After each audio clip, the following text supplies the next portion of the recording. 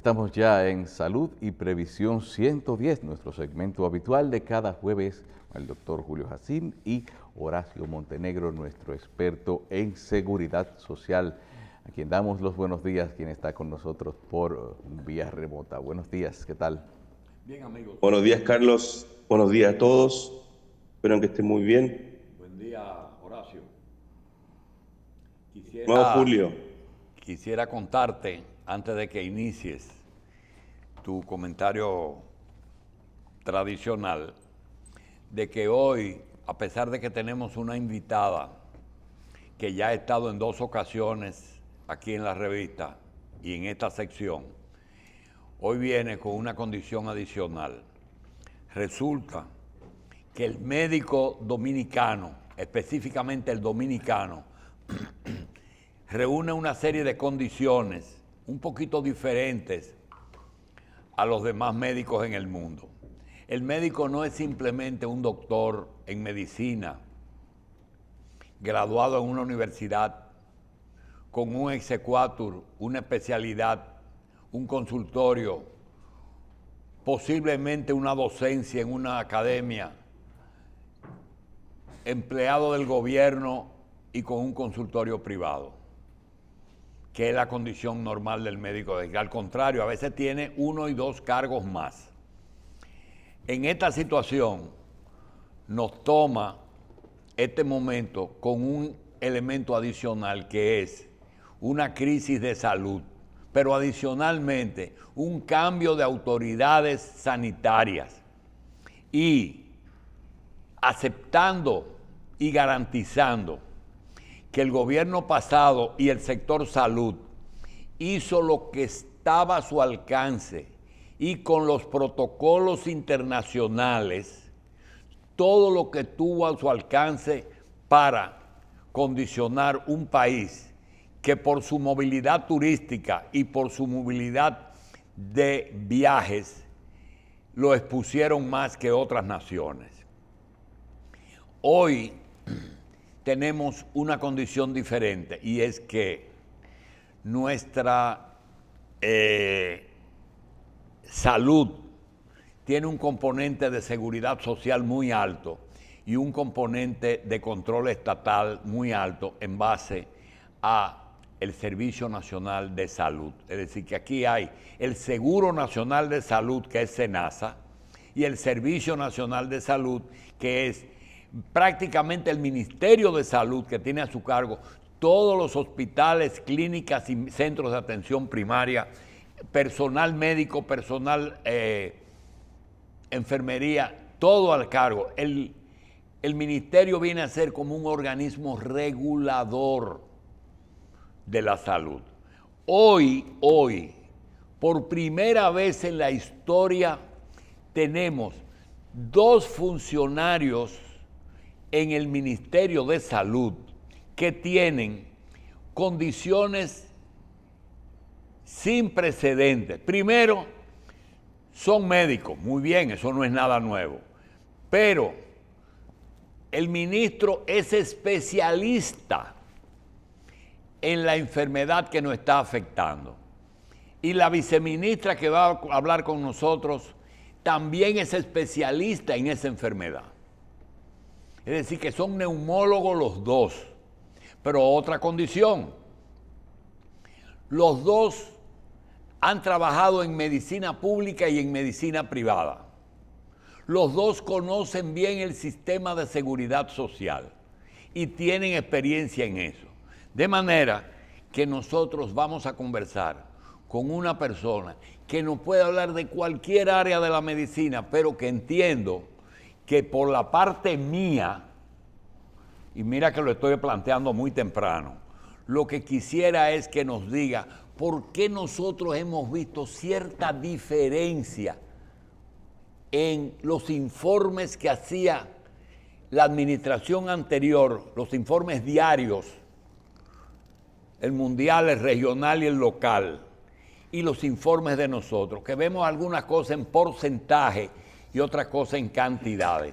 No entendí bien o no me estoy expresando bien, pero si hay alguna diferencia en los 2 informes, si eso por una casualidad está diciendo lo mismo, pero sin crear el pánico para un área económica que es el turismo, que tú no le puedes decir a un turista, República Dominicana tiene hoy 2.000 casos de muerte. Solamente hablar de 2.000 casos hace que el turista deje eso para el mes que viene. La doctora Acosta. Acosta está con nosotros, pero quiero, si Montenegro quiere añadirle algo, arrancar con la doctora Acosta, Horacio Montenegro y Carlos Alonso y Abreu, que no es un rulo. Bien, cómo no. Bueno, yo quiero agregar, partiendo, ¿cierto?, por saludar a la doctora Ibelice Acosta, neumóloga, presidenta o expresidenta, no lo tengo claro, ella nos aclarará, de la Sociedad de Neumología, y nuestra distinguida viceministra de Salud Colectiva, a quien públicamente nuevamente la felicito por ese cargo. Creo que tiene el perfil, como tú bien decías, Julio, adecuado, ¿cierto?, para asumir todo este desafío que tiene en la nueva administración para enfrentar esta pandemia. Y para entrar derecho, ¿cierto?, al tema, ya que la doctora ya está conectada con nosotros, aprovecho de saludarla. Doctora, bienvenida nuevamente a nuestro programa. Muchas gracias por aceptar nuestra invitación. Y a ver si usted es posible puede aclarar la duda, Julio, respecto a la nueva forma de ir presentando los datos, ¿cierto?, respecto a los boletines epidemiológicos del COVID-19 en el país. Hola, buenos días. Buenos días a todos. Un placer compartir con ustedes en esta mañana. Realmente es una oportunidad saludar a cada uno y a toda la audiencia. Mira, estamos conscientes de que los cambios muchas veces crean una serie de expectativas y de especulación. Aquí, con relación al boletín, lo único que se está haciendo es un esfuerzo por presentar de manera sencilla, pero transparente, la información que tenemos. Hemos tenido que gestionar debilidades ancestrales, debilidades de 30, 40 años, en un sistema de notificación y registro que aún es manual en muchos lugares. Entonces, en el momento de asumir la decisión en el equipo, no es una decisión personal, de que había que simplificar la información porque si ustedes ven el boletín original, era como muy técnico, muy para epidemiólogos, muy para gente que sí conocía el lenguaje. Entonces, no se está quitando nada, se ha ido simplificando la forma de presentar la información, a la vez que hemos estado trabajando en mejorar la notificación para que esta sea más oportuna, para que podamos tener en tiempo real algunas informaciones que siempre han llegado tarde y que han caído, por decirlo de alguna manera, tarde en la notificación. Ustedes pueden tener la seguridad que aquí lo único que estamos buscando es transparentar la información y que es un esfuerzo que se está haciendo y que vamos, así como se inició hace un par de días una plataforma que podríamos traer, si me dicen cuando quieran, al equipo responsable para que entre en más detalle en el manejo de esa plataforma, que es de acceso para toda la población, con una serie de detalles más finos, más amplios, con mapas de calor, con una información, toda la información que desde la epidemiología nosotros recabamos. Entonces, de esa manera poder tener una información para todo el mundo. Pero el boletín ha sido un poco, quizás, la idea es que sea más simple y que sea más claro, pero en ningún momento crear lo contrario, ni crear dudas, sino ser transparente. Qué interesante lo que usted propone, doctora, porque da la sensación, y uno escucha en redes sociales, algunos periodistas, el otro día, ayer o antes de ayer, vi, por ejemplo, un post de Uchi Lora, ¿cierto?, que cuestiona el número de fallecidos, ¿cierto?, según él hizo parece un análisis o recabó información en el registro civil, donde muestra que hay muchos más fallecidos de los que están informando en los boletines. Esa acción que usted comenta es súper importante desde mi punto de vista porque ayuda a crear mayor confianza. Yo tengo la percepción de que hay cierta desconfianza todavía del tipo de información que está entregando la autoridad pública a la población. Poder hacer un trabajo informativo, ¿cierto?, donde se les pueda explicar, tal como usted comenta, respecto de la forma que están haciendo los análisis, el abordaje para esto, creo que sería súper importante para llevar volver a tener un mayor nivel de confianza, porque uno mira, ¿cierto?, las redes sociales, probablemente a usted le pasa lo mismo, que hay siempre una duda respecto a lo que está sucediendo. Y llevando esa misma línea, sería súper interesante que usted nos pudiera mencionar cuál ha sido todo el proceso de mejora y fortalecimiento del sistema sanitario, ¿cierto?, desde que ustedes reciben la administración y todo lo que existe, y para dónde entonces estamos dirigiendo, ¿no?, independiente de las palabras, ¿cierto?, que el presidente ayer expuso, ¿cierto?, en su posición televisiva. Perfecto. Mira, es importante en relación al tema de la notificación decir que la noticia sale en relación a datos de actas de defunción. Nosotros estamos justamente trabajando en la línea para poder colocar en una sola red toda la vía de notificación, pero recuerden, que creo que lo saben, que las actas de defunción incluso son llenadas muchas veces hasta por alcaldes, donde la causa de muerte te la dan de oídas. La notificación en epidemiología se hace con otro procedimiento. Entonces, aunque estamos trabajando para alinear más que nada la data, la recepción de la data, habrá muchos momentos en que hay que ir a hacer una especie de auditoría de la información para poderla tener fielmente definida. ¿Comprende? Bueno, y eso quería decirlo. Es importante que tenemos que ir, de hecho lo estamos haciendo en esa dirección, fortaleciendo los niveles locales, que es lo que hemos hecho. Hay provincias que aún no tienen epidemiólogos. Nosotros estamos haciendo un esfuerzo importante captando ese recurso humano para poder dotar los equipos en las provincias de un epidemiólogo. Se le han entregado una serie de recursos como laptops y tal, de manera de ir facilitando un poco ese trabajo.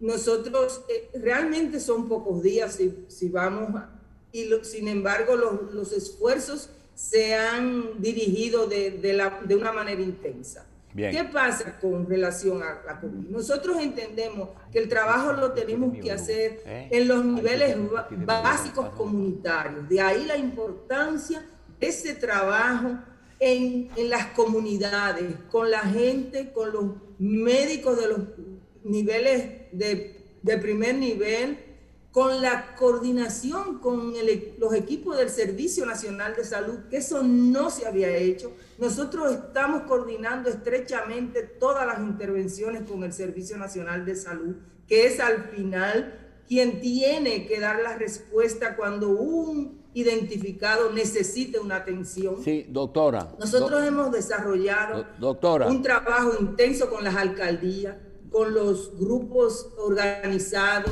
en las comunidades, con la Junta de Vecinos. ¿Por qué? Porque es necesario trabajar la respuesta de la COVID desde las comunidades, doctora, para evitar justamente que lleguen al nivel del hospital. Doctora, en la medida que nosotros tomamos ese tipo de medidas, perdón, no lo oye. podremos mantener esta fase de mitigación, esta fase de control y que eventualmente en algún momento de brote, porque el virus sigue con nosotros, podamos tener control sin que nos desborde. Sí, dígame. Mire, doctora, dentro de esa misma tónica que usted entró ahí con los Servicios Nacionales de Salud, yo quisiera, usted sabe que no es un careo, sino edificar, un brote en adición a las enfermedades normales que el Servicio Nacional de Salud y las ARS deben de cubrir por su rol, ya es suficiente problema. Si a un brote usted le añade una epidemia y mucho más una pandemia, saca totalmente de juego cualquier programa económico de salud de cualquier gobierno en el mundo. La pregunta es la siguiente: el rol del Servicio Nacional de Salud en el área preventiva, el rol del Servicio Nacional de Salud y de las ARS desde el punto de vista económico en el área de tratamiento de la etapa curativa, es decir, de los que no se mueren, y el rol de esa etapa tan difícil que es cuando necesita cuidado intensivo, en que usted necesita al ministro de Salud como neumólogo, necesita a la viceministra de Salud como neumóloga y como epidemióloga, necesita un intensivista, necesita un centro debidamente equipado para eso. Doctora, ¿usted sabe cuánto yo le calculo a una crisis en que el paciente se salva porque la viví? Entre 1,5 y 2 millones de pesos dominicanos sin muchos honorarios médicos. Entonces, dentro de ese problema que no fue previsto en presupuesto porque las pandemias y las tragedias y los terremotos no se ponen en presupuesto, ¿cuál es la ruta en lo preventivo, en lo curativo y en lo fatal? Perfecto.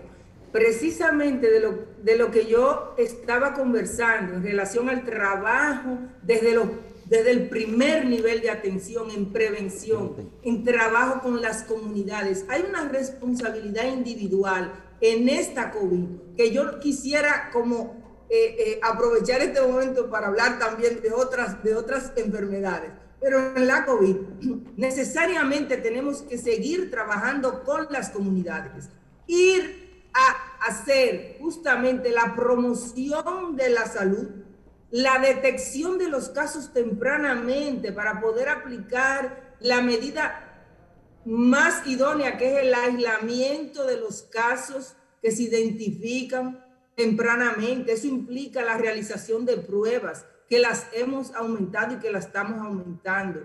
Reitero, la necesidad de seguir trabajando en los niveles básicos de salud para precisamente poder tener control, un control aceptable, a que no se complique, a que no llegue al otro nivel, al nivel hospitalario. Por eso, incluso en el protocolo que se acaba de actualizar, estamos introduciendo los únicos 2 medicamentos que existen validados como antivirales para que el que es oral, el Afibavir, nosotros podamos usarlo tempranamente en poblaciones de riesgo identificadas para justamente evitar ese paso. En relación a la atención, nosotros tenemos una respuesta que se ha ido organizando en estas últimas semanas para que en los lugares donde no teníamos quizás las condiciones para la terapia intensiva, algunos equipos que hacían falta, ampliar la disponibilidad de camas, aunque la demanda ha bajado enormemente, porque realmente la demanda de camas COVID, de camas cuidado intensivo y de ventiladores ha bajado. Nosotros seguimos habilitando, cuando digo nosotros como equipo de salud, porque eso es una labor fundamental del servicio que está dedicado a eso. para poder tener la respuesta. Y con relación a la atención y asumir costos, bueno, el Estado ha dado una respuesta importante con esa presión en el nivel de las personas que no tienen la cobertura a través de la ARS, y con las ARS ha habido también una muy buena sinergia para dar la respuesta y que nadie quede sin atención, aunque es muy costoso. Y realmente resulta costoso. Por eso insisto en el tratamiento que hay que hacer en los primeros niveles de atención para evitar que la mayoría de los casos puedan ocupar de hospitales en nuestras camas. Ay, no lo escucho. Sí, bueno, sí, por favor. Quisiéramos saber si la situación que se está verificando ya de descenso en la demanda de camas, porque así como analizamos cuando las cosas no están yendo mal, también vamos a ver por qué están saliendo bien. Entonces, esa reducción es una respuesta a acciones que se han tomado por parte de la actual Administración de Salud. ¿A qué se puede atribuir? ¿A una toma de conciencia, a más restricción de las autoridades o simplemente a una toma de conciencia de parte del ciudadano en cuanto a cuál es el contagio? ¿O simplemente ya le está dando a todo el que le debería dar la enfermedad? No, mira, yo pienso que es una combinación de muchas cosas. Realmente nosotros hemos acelerado en estas pocas semanas, en estos pocos días, un trabajo intenso en las comunidades, en promoción, en detección temprana para las medidas que tenemos, que son aislamiento, el manejo sintomático de los casos leves y eso. Pero también y tratando de crear mayor conciencia. Pero acuérdate que la evolución natural de la enfermedad también tiene un curso. Es decir, hay un periodo donde a través de una fuerte exposición, que es lo que me preocupa, que no se haga, que bajemos la guardia. Entonces empecemos a tener confianza con el virus. Hay una mayor exposición y puede haber una subida. Entonces es una combinación de cosas en lo que estamos viviendo en este momento, pero que quiero insistir en que no nos debe bajo ninguna circunstancia dar una sensación falsa de seguridad de que tenemos control del virus. Eso puede ser. Tenemos que vivir pensando que el virus está ahí y que tenemos que guardar toda la distancia y el respeto con él. Eso viene siendo también una respuesta a las personas que están diciendo que ya debería quitarse el toque de queda.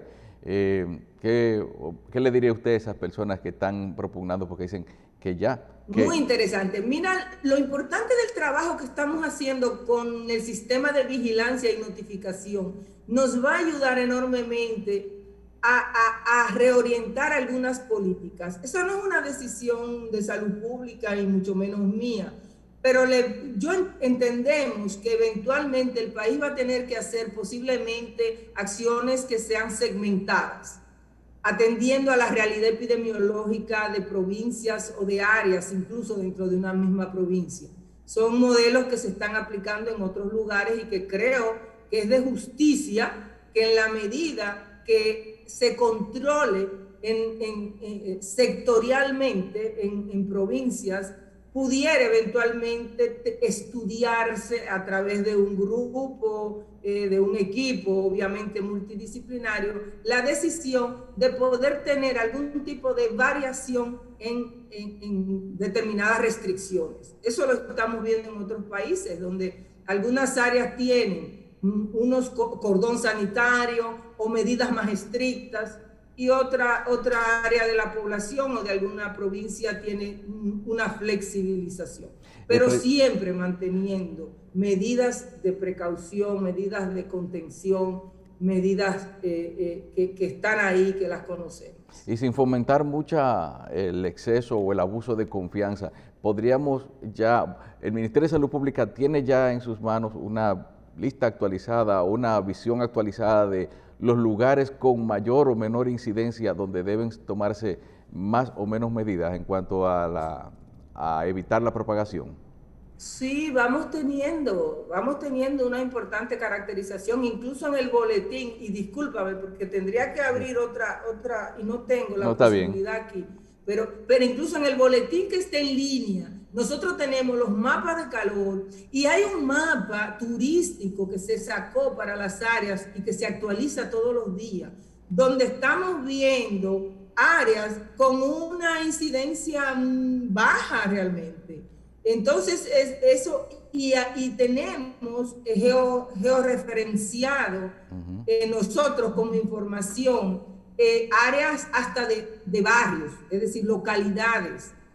Es importante tener eso, pero hay algunas ya que está colocada, que está actualizada todos los días en el boletín en línea, y otra que la estamos trabajando de manera más fina, porque es importante tener la información fiel para tomar decisiones. Y en eso estamos. Pero sí hay mucha información que disponemos de ella ya y que es pública. Gracias.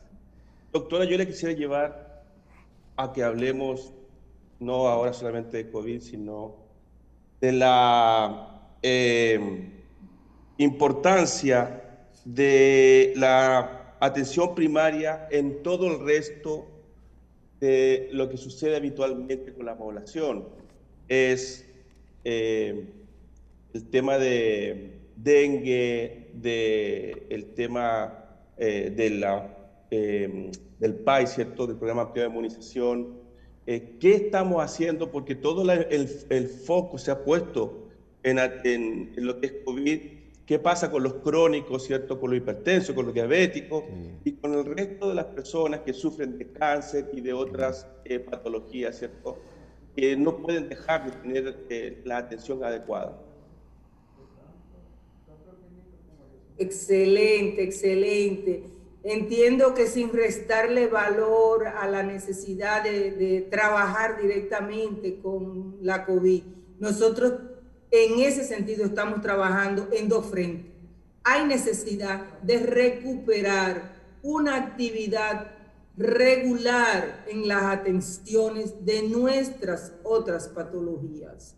Nosotros estamos ahora mismo recibiendo en pocos días una cantidad importante de vacunas de la influenza y debemos empezar en octubre a trabajar con nuestras poblaciones identificadas para protegerlas con la influenza. Nosotros tenemos que hacer un llamado a las madres a regresar, a hacer ese control de sus niños sanos, su control pondoestatural, sus vacunas al día. Lo mismo, los diabéticos. ¿Cuántos controles te has hecho en este año? Porque producto de la pandemia estabas en la casa cuidándote. Tenemos que, con las medidas de precaución necesarias y con las distancias requeridas, que nuestros centros estén nuevamente, y en eso estamos, esos centros de primer nivel de atención que tenemos que ampliar, que tenemos que diseminar por toda la geografía nacional. Ustedes no se imaginan la importancia que tiene para la gestión poder trabajar en esos niveles, porque nosotros tenemos que seguir dándole a nuestros pacientes de tuberculosis, que es una enfermedad que se cura, un tratamiento supervisado. Nosotros tenemos que continuar con nuestros pacientes que viven con VIH, el acceso regular y oportuno a sus tratamientos. Entonces, en ese sentido, sí, también estamos trabajando con la regularización, porque normalización cuesta un poco, de los servicios. Nosotros tenemos que seguir dando abriendo la atención y que la gente lo sepa y que la gente acuda. En los establecimientos hay medidas, hay protocolos, pero tenemos que seguir haciendo el trabajo para que dentro de la nueva covidianidad, como le llaman, podamos seguir dando la atención a las embarazadas, por ejemplo, que vayan a sus controles prenatales. Nosotros necesitamos, y eso es parte de salud colectiva, y eso es parte importante de la gestión, y en eso estamos trabajando. Y por eso insistir en la importancia de trabajar con las comunidades, con los ayuntamientos, con los grupos comunitarios, con los promotores, con los clubes, con las iglesias. Es trabajar en las comunidades, porque las comunidades son las que se adueñan de su realidad y las que están en capacidad de ser activamente responsables para su respuesta. Pero Doctora, precisamente... ¿cómo mandarle el mensaje, escúchame Carlito, el mensaje a la población que puedan ir a atenderse, ¿cierto?, en la red de atención primaria, con seguridad, sin susto, porque al acercarse, ¿cierto?, a los sistemas de salud, ¿cierto?, la red, causa susto. Cada uno de, yo soy hipertenso, soy diabético, pero no voy a ir porque me puedo contagiar. ¿Cuál es el mensaje que usted le puede mandar a la población, ¿cierto?, para que no suspendan su tratamiento, ¿cierto?, y sus controles? Es importante que nosotros sigamos intensificando y pudiendo darle acceso a la gente en esos centros de primer nivel, porque en esos centros de primer nivel está muy cerca de la comunidad para esos servicios básicos. Acuérdate que no todos los hospitales son COVID y que los hospitales están seleccionando los que son área COVID con un área diferenciada. Entonces, si somos nosotros de manera individual cuidadosos con nuestro protocolo de la mascarilla, de ir solo acompañado de una persona, están muchos centros hospitalarios públicos, están dando acceso con cita, están teniendo el distanciamiento en su sala de espera. Eso es importante para evitar la exposición. Y reiterar lo de la vacunación con influenza, que la vamos para el próximo mes ya en esos grupos priorizados, de manera de ofrecer protección, porque tú sabes que se escapan la sintomatología y de la COVID. Entonces, queremos ver de qué manera llega de manera amplia a grupos que hay que proteger, extremos de la vida, y personas con comorbilidades. Pero realmente queremos darle esa confianza de que la gente guarde las medidas de precaución, de que no vaya al hospital 5 o 6 personas acompañado de una persona, pero que empiecen a hacer sus controles, porque las otras enfermedades están ahí y necesitan ser supervisadas y controladas. Precisamente uno se pregunta, ante una red de centros de atención tan vasta como la tiene el ministerio, ¿han tenido ustedes inconvenientes en conseguir los profesionales adecuados para cubrir toda esa demanda? Yo no creo, ¿cuántos infectólogos, cuántas personas hay especializadas en tratar COVID directamente podría haber en el país, y si podrían dar para atender a todas las personas que están reclamando sus servicios ahora? Y neumólogos también. Mira, para el primer nivel de atención, que realmente es muy limitado, lo primero que no es del ministerio, es el Servicio Nacional. Acuérdense que la provisión es del Servicio Nacional. Sí, pero como en la parte, sí, lo que pasa el Servicio Nacional, que es la administración. Trabajamos articulados, claro. Es un poco a veces complicado que la gente lo entienda, porque los programas, muchos que los tenemos nosotros, pero los ejecuta el servicio. Por eso la necesidad de ese vínculo estrecho, armónico, que nosotros hemos desarrollado y fortalecido en estos días. Pero mira, para esos niveles lo que necesitamos son médicos familiares. Y en la medida que se vaya extendiendo la instalación de esas unidades, con esas gentes que tenemos que trabajar. Nosotros los niveles especializados los tenemos en otros servicios. Y sí, hasta ahora hemos podido ir dando respuesta, pero mi insistencia y el soporte y mi esfuerzo desde esta posición será en ir aumentando esas capacidades a lo largo y ancho del país. Y con los médicos familiares de la mano. Hay un grupo importante, los emergenciólogos también, porque son centros que tienen áreas de emergencia. Es decir, trabajar esos niveles. En el primer nivel de atención no tenemos que focalizarnos en especialidades, porque lo que queremos es que precisamente la gente tenga una atención de calidad, que esos profesionales se la pueden dar y se la dan. Claro. Doctora, yo escuchaba ayer al presidente Luis Abinader, que hablaba, ¿cierto?, en términos generales sobre el plan de acción para contener la expansión del COVID-19. Entonces hablaba, ¿cierto?, de la realización masiva de las pruebas de PCR, cual en general todo lo que yo escuché son muy buenas noticias, da la esperanza, ¿cierto?, de que nosotros vamos a lograr contener o controlar de alguna manera este virus. ¿Cuál es la situación que hoy día existe respecto a la realización de la cantidad de pruebas de PCR diarias y a qué número usted entiende de pruebas diarias se deberían realizar para tener un escenario mucho más claro? Yo he venido diciendo en algunos programas anteriores que la experiencia, ¿cierto?, en otros países se basan en una estrategia que se le dice TTA, ¿cierto? Testeo, trazabilidad y aislamiento. Claro. Entonces, el elemento básico para poder hacer la trazabilidad y el aislamiento, ¿cierto?, es el test. ¿Cuáles son las proyecciones que ustedes tienen? ¿Cuál es la estrategia que ustedes han podido ya definir para poder entonces que todos podamos desde su posición saberlo con más detalle? Esa estrategia que tú defines es una estrategia que está estandarizada y que está validada y que está asumida por nosotros, aún en medio de las grandes debilidades que tenemos. Nosotros llegamos y encontramos un laboratorio nacional totalmente pobre, empobrecido en su respuesta.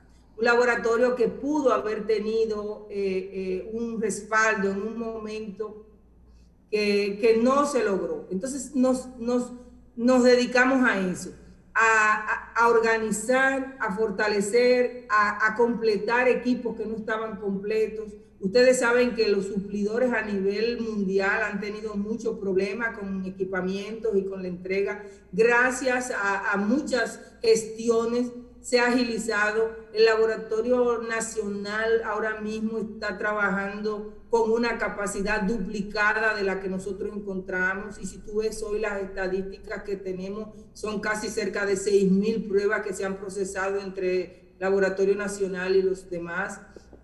Nosotros estamos extendiendo, recibimos 100.000 pruebas para PCR y ya están llegando 100.000 más. Nosotros hemos hecho una ruta con las provincias, asignándoles a través de un mecanismo de cálculo por población y demás, un número diario de PCR que tienen que entregarnos, y las provincias han recibido esa cantidad de PCR por semana. Eso comenzamos. Hay una ruta que el señor ministro designó con una flotilla de una cantidad de vehículos y ahora una alianza con laboratorio de referencia que está en algunos puntos del interior para que ellos hagan el acopio y el traslado hacia acá en una sinergia en la relación público-privada. Nosotros aspiramos, sin lugar a dudas, a seguir aumentando esa capacidad. Fíjate que nos cuesta, porque la demanda que se tenía de manera espontánea ha bajado mucho. Entonces, por eso vuelvo al mismo tema de ahorita, de la necesidad de trabajar con las comunidades para incorporarlas a ese testeo, a esa detección temprana, a esa identificación de grupos y de personas vulnerables que a veces están invisibles, pero que hay alguien en esa casa y el comunitario lo sabe y no lo reporta, para poder llegar a hacer esa cantidad de PCR con esa trazabilidad y ese posible aislamiento domiciliario o no. En eso estamos. Realmente los días han sido cortos para el gran trabajo. No, pero por supuesto que sin bajar la guardia, creo que vamos en esa dirección, lograr esas 7.000. En dos ocasiones hemos llegado a 7.000 en estos pocos días, con un esfuerzo intenso que no vamos a desmayar, porque nosotros en la medida que podamos hacer con criterio el mayor número de pruebas y estamos teniendo los recursos en el equipamiento, en el personal, yo creo que sí, que vamos en pocos días a estar teniendo 7.000 y podremos quizás tener más, superar esa meta. qué bueno. Doctora, yo la quiero llevar al componente de educación que se requiere para poder entonces concientizar también a la ciudadanía. Obviamente uno no le puede poner todo el énfasis, ¿cierto?, al autocuidado, porque este es un trabajo, ¿cierto?, que tenemos que hacerlo todos, ¿cierto?, desde el individuo, ciudadano común, ¿cierto?, pasando por las empresas privadas, el sector salud, ¿cierto?, y ¿cierto?, todo esto es una estrategia global que viene, ¿cierto?, desde el Estado. ¿Cuál es el mensaje que usted le envía a la población, a los medios de comunicación, porque yo siento que están enviando algunos metamensajes que generan cierta confianza? Yo sigo viendo a las personas que siguen juntándose varios, más de 10, más de 15, en las playas, en clubes, en restaurantes, y uno dice, bueno, ¿para qué decir los barrios, cierto? Hay unos videos de una fiesta ahí impresionante. Entonces uno dice, ¿en qué estamos? ¿Qué es lo que le falta a nuestra población? Es transversal, esto es desde la gente de un segmento socioeconómico bajo hasta gente de segmento socioeconómico alto, gente del medio, que yo veo que cuidémonos del coronavirus, después sale de la playa con un grupo de gente pasándola bien, posteando. Entonces, esos mensajes generan una cierta confiabilidad de la gente y comienza a relajar, ¿cierto?, a ser más laxo en el tema del autocuidado. ¿Cuál es el mensaje que el Ministerio de Salud y usted, ¿cierto?, como el cargo de viceministro de Salud Colectiva, le pueden mandar a nuestra población? Nosotros estamos, mira, ese es un enorme desafío. En nuestra población caribeña, espontánea, amiga de la diversión, pero si lo vemos en el mundo, en Europa, señores, hay problemas con eso. Entonces, eso no me consuela, al contrario, me aumenta el desafío, pero creo que tenemos por delante, hay que trabajar una campaña más insistente con relación a no bajar la guardia. Señores, tenemos que saber que el virus no va a desaparecer, ni va a bajar su nivel de agresividad, porque el virus está ahí acechándonos. Quienes tenemos que evitar y cerrarle la puerta somos nosotros, con el uso de la mascarilla, el distanciamiento social que tanto nos molesta, pero que es la única forma hasta que aparezca un mecanismo de prevención, un tratamiento, una vacuna. Tenemos que intentar volver a la normalidad con restricciones. Con restricciones. La vida de antes, abierta, sin esos detalles que tienen que hacer ahora, ser parte de nuestra cotidianidad. Nosotros tenemos que intentar rescatar o empezar a rescatar esa parte de la economía tan necesaria. Es cierto, pero si nosotros en la necesidad de esa restauración, de esa actividad necesaria de la vida regular, en lo económico, en lo personal, bajamos la guardia, en un tiempo vamos a tener una situación que puede ser muy peligrosa entonces, porque volveríamos a la necesidad de medidas muy drásticas y generales. Yo creo que tenemos que hacer una mirada hacia adentro para ir sin prisa pero sin pausas, tomando las precauciones necesarias en cada etapa y en cada espacio. No podemos abrir de manera descontrolada. Tenemos que seguir teniendo medidas que nos permitan seguir escalando a la normalidad con condiciones, pero con cierta seguridad.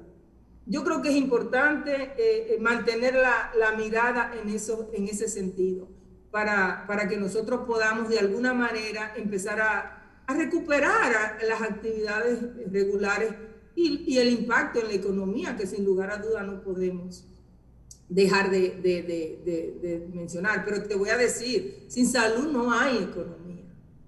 Tenemos que ir de la mano y no podemos enviar un mensaje. Por ejemplo, ahora me preocupa, sí, vamos bajando, estamos en una fase de mitigación, vamos a descuidarnos, vamos a abrir. No, señores, No, señores, no nos confiemos que el virus sigue ahí. Entonces tenemos que ir una y la otra, abriendo de manera gradual y con las medidas de restricción necesarias. Súper. Doctora, yo escuchándola, ¿cierto? Y analizando un poco lo que estamos hablando recién de la mayor amplitud de los testeos, quisiera que usted me corrigiera el análisis. ¿Eso ha implicado entonces el tener una mayor cantidad de test, la baja en el índice de positividad que estamos hoy día publicándolo en los boletines diarios? Porque yo me imagino, por ejemplo, por las restricciones de PCR en alguna provincia, una persona que se haya hecho un test, por poner un ejemplo, yo lo extremo, se lo positivo, entonces ahí tenemos un 100% de positividad. Exacto, sí. Que eso entonces genera todo una distorsión. Sí, es entonces, cierto. la importancia justamente porque el mantener un índice de baja positividad también, ¿cierto?, es una buena señal, es una señal esperanzadora, ¿cierto?, de que vamos por un buen camino. ¿En cuánto tiempo ustedes estiman, si no la quiero complicar con la pregunta, pero cuando nosotros vayamos viendo ya la curva comienza entonces a aplanarse, ¿cuáles son las expectativas que ustedes tienen frente a eso? Mira, justamente ese esfuerzo para poder lograr que todas las provincias, porque como bien tú lo has dicho, yo puedo tener una provincia en la frontera con muy poco número de PCR, una positividad alta, pero tampoco tengo caracterizada la realidad porque no estoy haciendo PCR suficiente, no solo la positividad, sino la realidad de la pandemia. Entonces, estamos en ese proceso de poder dotar a todas las provincias, como lo hemos hecho, perdón, del número de PCR diarias para poder ir caracterizando esa realidad. Y recuerda que hay necesidad de mantener de manera sostenida por un tiempo, por semanas, algunas situaciones. Es decir, que la bajada sea sostenible por varias semanas, que la positividad yo la confirme con los puntos calientes de todo el país, que va justamente sostenida y en bajada. En ese momento podemos empezar a negociar otros pasos. Bien. Pero tenemos que hacerlo así. Ya en los últimos minutos, en el último minuto que nos queda ya de programa, queremos preguntarle a la doctora Ibelicia Acosta si puede ser motivo de preocupación esa apertura de turismo que se espera para el mes de octubre, según lo ha expresado el presidente Abinader. ¿Podemos nosotros manejar lo que es el control epidemiológico en los aeropuertos? Sí, yo creo que sí. Mira, se han hecho esfuerzos y se están haciendo grandes esfuerzos. Y fíjate que incluso se hacen testeos y detección en los aeropuertos y los resultados son muy alentadores. Pero además, si ustedes, la capacidad de respuesta en las áreas turísticas en relación a la atención es excelente. Nuestros turistas llegan a áreas que en la caracterización epidemiológica que tenemos, el número de casos es muy bajo, está muy bajo. Entonces, yo sí creo que nosotros, repitiendo lo mismo, sin bajar la guardia, podemos empezar esa apertura. Además de que tenemos un turismo que tiene una característica en la mayoría, que está muy cautivo en áreas a donde va, a los resorts, donde tiene todo incluido, como decimos. Eso también mantiene una especie de burbuja, porque los hoteleros, están muy pendientes del control en su recurso humano también. Entonces yo creo que ese trabajo conjunto entre lo que es salud, el área de turismo, aeropuertos, es una respuesta combinada y que creo que nos va aportando bastante garantía hacia esa apertura con niveles aceptables de seguridad. Bien, gracias doctora Ibelice Acosta, neumóloga y viceministra de Salud Pública. Le agradecemos, doctora, su aceptación, nuestra invitación a este programa. Las puertas están abiertas, cada vez que usted necesite, cuente con nosotros. La felicitamos, le damos toda nuestra energía para que podamos, ¿cierto?, salir airosos de este gran desafío que tiene, ¿cierto?, como gobierno, como administración y como ministerio. Gracias, muchas gracias. Siempre que pueda vamos a compartir. Ustedes son como comunicadores fundamentales en esto y yo cuento con ustedes realmente porque hay que comunicar y conversar. Muchísimas gracias. Qué bueno que así sea entonces. Bueno, a ustedes las gracias por estar en esta entrega de Salud y Previsión 110. Será el próximo jueves, tendremos otro espacio igual o mucho mejor. Y si desean volver a ver esta entrevista, comentarla o compartirla, búsquenla en nuestro canal de YouTube a partir del mediodía.